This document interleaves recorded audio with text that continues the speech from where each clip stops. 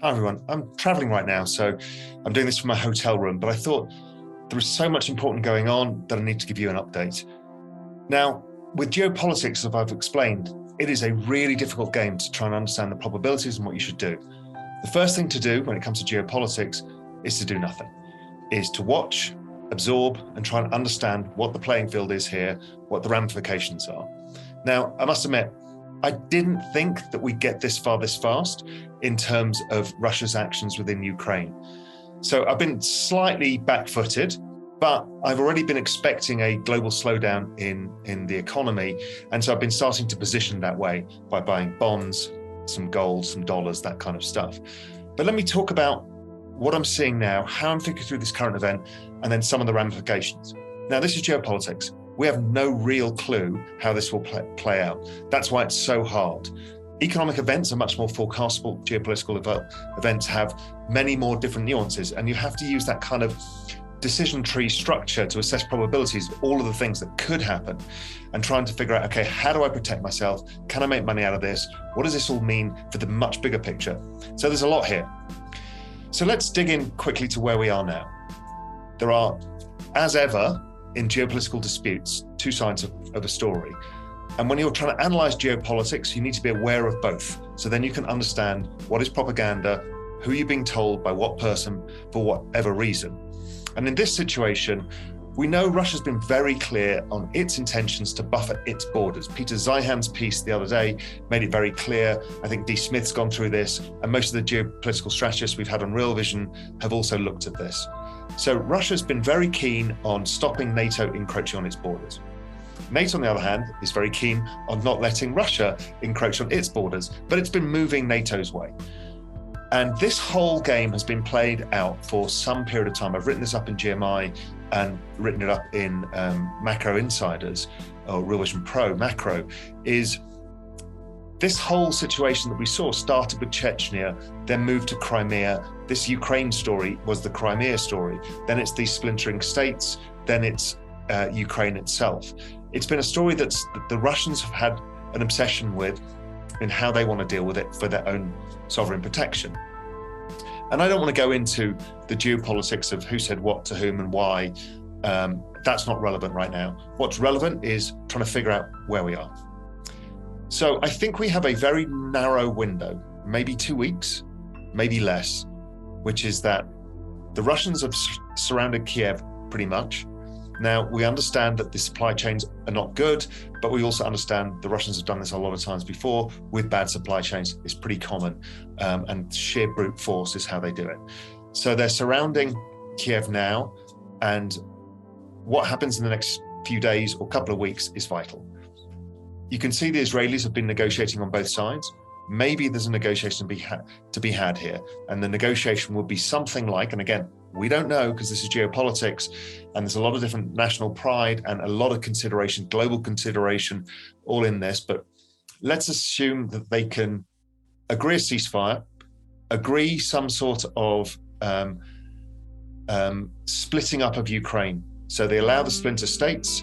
Then maybe they say, well, the government can move and have its own Ukraine, but over towards the west side. And the Russians put a new government in eastern Ukraine. They have West Ukraine, East Ukraine.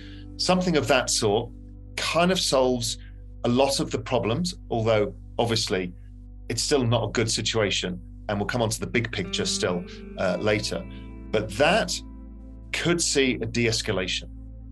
If we can find some variation around that, where the Ukrainians themselves get some sovereignty, they may lose some sovereignty, or they keep sovereignty of the whole country, but a puppet government gets put in, and the splinter states go to Russia, in which case they're kind of surrounding Ukraine anyway with Crimea as well. That, to me, is something where sanctions get not dropped, but eased off over a period of time, because everybody feels like that they've negotiated a settlement and therefore Russia can be rewarded with something. That's the best possible case scenario that I see right now. It's not my highest probability case either. Case number 2 is that the Ukrainians don't negotiate, don't surrender, and the Russians level Kiev, which I think is the highest probability case. Again, I find it really tough to assess the probabilities, but in my mind, that's what I think the most likelihood is. Then the Russians say they've got two choices. One is to keep Ukraine as Ukraine, or the other thing they've been threatening is take away its sovereignty, which is Russia takes over Ukraine. They either put in a puppet government, it might be too late for that now, or they take it over. Okay, that is a bad situation, a really bad situation, because clearly sanctions are not going away. NATO is going to amass weapons and defenses on the borders. Tensions are going to be extremely high, and the food crisis is going to be writ large. So in scenario A, the food crisis still happens. We still go into a global recession. I think that's almost a certainty now. We were going there anyway, and now this is exacerbating it, and that's not going to go away. I think we're going to miss the harvest season in Ukraine. I don't think there's going to get a chance to harvest when you're at war, and then the planting season gets missed as well. Then we've got the situation with fertilizers, etc. It may be a very difficult agricultural season globally. So that's one. On the second situation, if the sanctions are in place longer, now we've got a full splintering of supply chains that has to happen, and it's forced to happen in a period of time. That is a nightmare situation where Peter Zeihan's world of really dramatically increased food prices leading to civil unrest, crime, all of the things on a global basis is pretty likely. That's really ugly. What that can do for the Middle East, what it can do at other countries. I mean, I'm in Utah right now, and the taxi driver, I always chat to the taxi driver, and I asked him where he was from. He said, Sri Lanka. I said, how's things in Sri Lanka? And he said, terrible. I said, why, what's going on? He said, well, people are out in the streets rioting or protesting. There's massive queues outside the gas stations. I said, yeah, gas prices are high. He goes, well, that's not the issue. The issue is the government's run out of dollars to pay for them. So they just didn't buy enough gas. So there's not enough gas for the country.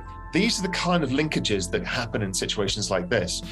If Russia remains out of the global system, which looks increasingly likely, then we probably have a big liquidity problem. And that spits around the world in various ways, whether it's countries who are trying to get access to dollars, banks trying to get access to dollars, or whether it's credit spreads widening as people pull back, trying to assess the risks that are going on. And we don't really know. I mean, how does it affect Egypt? How does it affect the Middle East at large? How does it affect all sorts of countries? Again, we don't really know yet. But that's a hugely concerning moment, and that's a big global recession if that takes place, and a massive monumental geopolitical shift as the world really is forced to separate out. China starts separating out. And again, we'll come to a bit more of that in a sec. Scenario 3 is the worst case, which is, I think that Russia has made it clear that if you oversupply Poland with weaponry to give to Ukraine, then they're going to consider Poland as part of the war. This is Peter Zeihan's point about a potential invasion of Poland. I put that at a low probability, but what the hell do I know? If that is the case, then okay, this is now the worst case situation, because this is NATO versus Russia in a full war. I mean, I can't believe I'm saying these words, but that's where we are, and it's kind of shocking and terrifying. The issue I have with all of this, and I had underestimated it, is the knock-on effects are much larger than I first realized. That how things can spiral in very few decisions into something utterly terrifying that we've not had to face, certainly in our lifetimes, and certainly not in the West. Other regions have, obviously. So it's kind of on tenterhooks. The next 2 to 3 weeks, we will find out whether we have scenario 1, scenario 2, and then after that would be, will scenario 3 come into play? So those are the 3 main things.